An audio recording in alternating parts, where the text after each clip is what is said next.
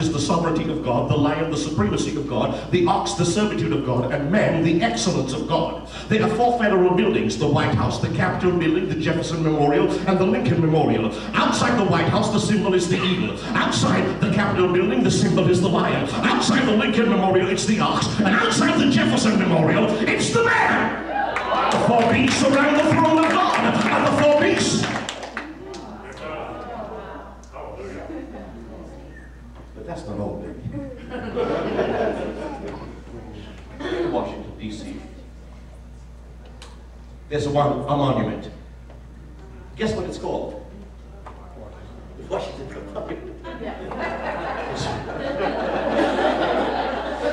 555 feet, 5.125 inches in the air, poised, looking over the 63 square miles of the greatest city in the most powerful nation in the world. But from 1848 to 1888, they could not dedicate the Washington Memorial. They had to wait 40 years! 40 years! Because in the cone, they had to engrave 2 words. And the 2 words, ladies and gentlemen, were Laos Dio, which means glory to God. Oh, no. Somebody better shout! Oh.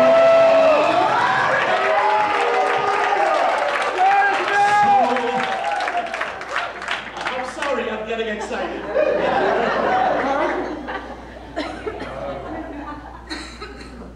That's America.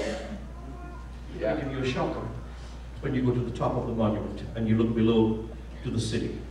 The White House is to the north, the Jefferson Memorial is to the south, the Capitol is to the east, and the Lincoln Memorial is to the west. It forms a perfect cross over Washington, D.C. Somebody better shout.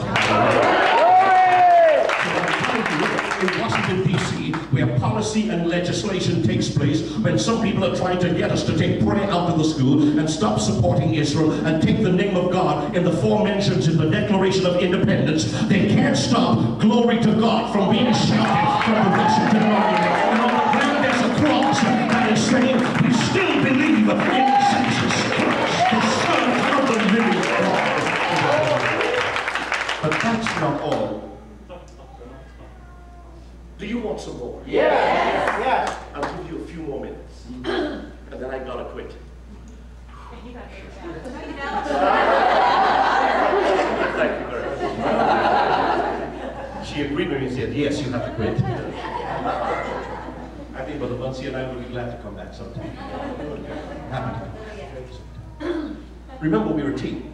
Yes. Amen. Yes.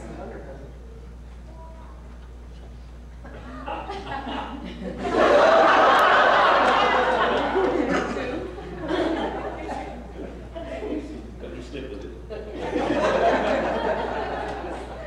Did you know? Did you know? Please, America, listen. I know that. I preach 319 times a year like this speed. I preach like a dying man to dying people without the hope of another day to be alive to preach. I do this 319 times a year. Why don't you try that? Come on. And see how you feel. I travel 200,000 miles by plane a year. 36,000 by car. I used to have a back.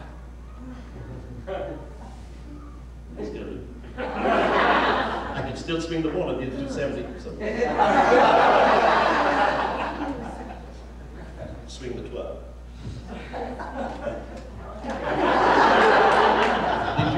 Did you know that as you walk up the steps to the building which houses the U.S. Supreme Court, you can see near the top of the building before you enter a row of the world's lawgivers, and each of them is facing one in the middle, who is the only one facing with a full frontal view. It's Moses holding the 10 Commandments. Did you know that as you enter the Supreme Court courtroom, the 2 huge oak doors have the 10 Commandments engraved on each of the lower portions of the door? as you sit inside the Supreme Courtroom, you can see the wall right above where the Supreme Court judge sits, a display of the Ten Commandments.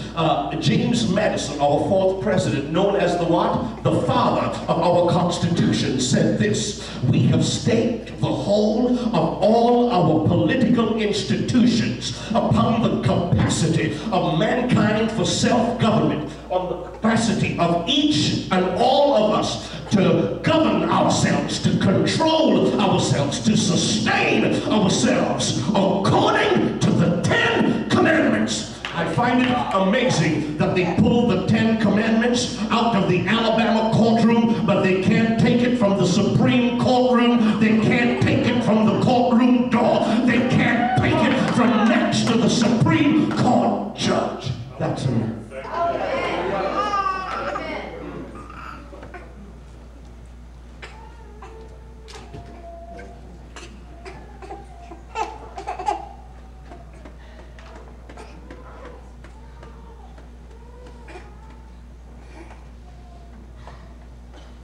This is a great land.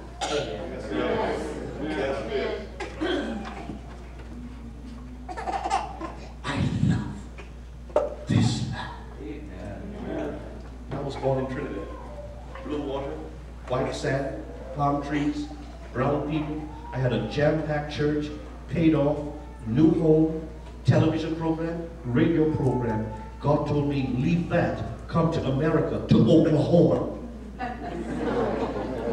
to live by faith. Not knowing when I speak if my offering will cover my plane fare, because I place no demands.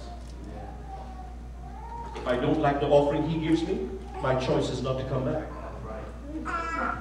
That's my choice, because I've got staff to pay. That's my choice. But never will I make a demand. Never. My gift is a gift.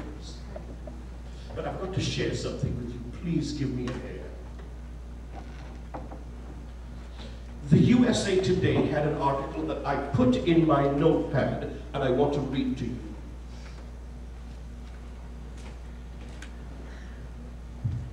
An alternative seismic shift may be easier to envisage. Palestinians erupt in factional fighting. Israel declares it lacks a peace partner and leaves Gaza, which it did, but takes huge chunks of the West Bank, so Palestinians get a divided nation and Al-Qaeda grows. That's not inevitable. History is poised to be moved. Did you hear that? No. History is. The United States has a big say in determining in which direction. There they're wrong. Because history isn't USA Tory or Iraq Tory. It's HIS. It's his story.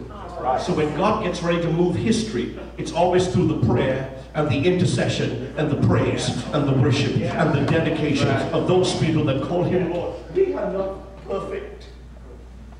But my God, we have the capacity to move history. That's right.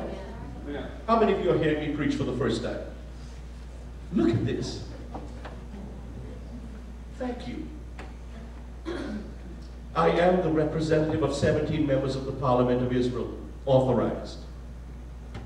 My job is to travel to 20 countries of the world seeking a UN vote, speaking to kings, governors, prime ministers, and parliaments on behalf of Israel.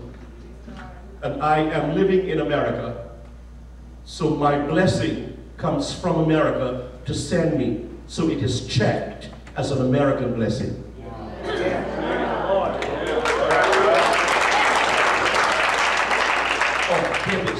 Hear this. I've already got 2 members of the government meet me in these nations. I am their spokesperson. I've already got 2 votes for Israel. In the UN. We will be getting 10. We are aiming for 10. God is doing some neat stuff in our lives. But I want to give you a testimony, and then I'm going to.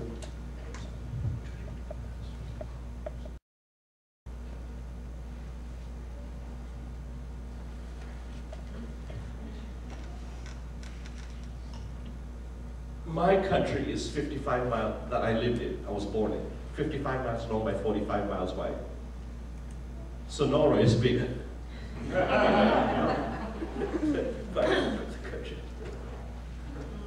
When I came to America in 1972, they picked me up at the airport in a 69 Delta 88 Oldsmobile. When the car pulled up, I thought it would never end.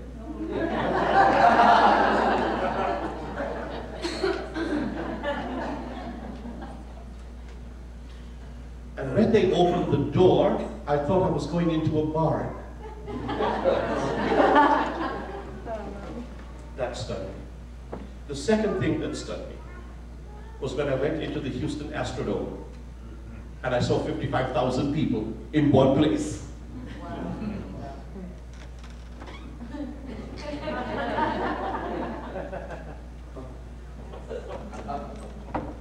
The third thing made me collapse to my feet, to my seat, and weep. I cried like a child. I still do. All of a sudden, 55,000 people became deathly silent. Two huge flags. They began to play an anthem. Everybody stood. Held their heart. I couldn't believe what I was seeing. Could a people love a land like them?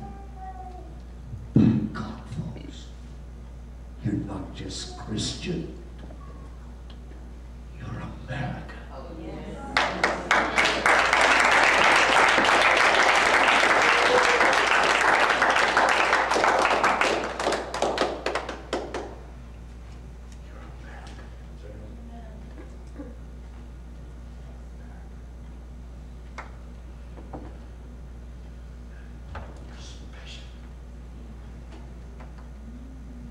We've lost a bit of that specialness, but what we have lost, we can give. Amen. That's right. Amen. That's right. Praise the Lord. I have given my life to God and country.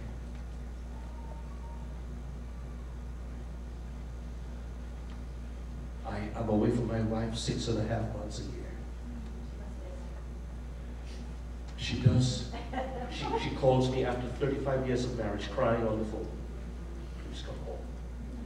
When she does that, I send a ticket that day and give the bill to the pastor. No, I'm serious. I'm serious. Because if you want me, you got to want her too. That's right. Yeah. I love this land.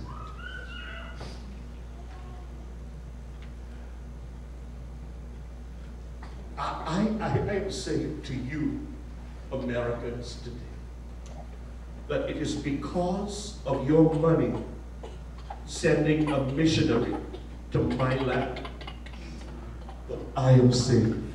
And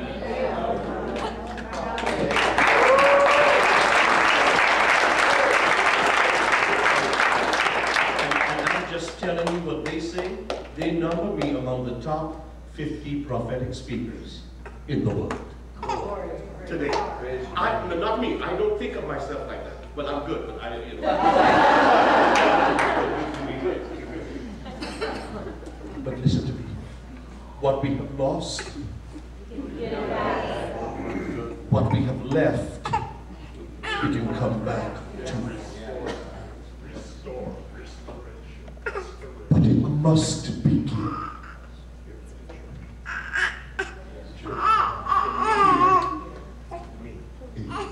Do I have any veterans here? Veterans of war? If I do, please stand.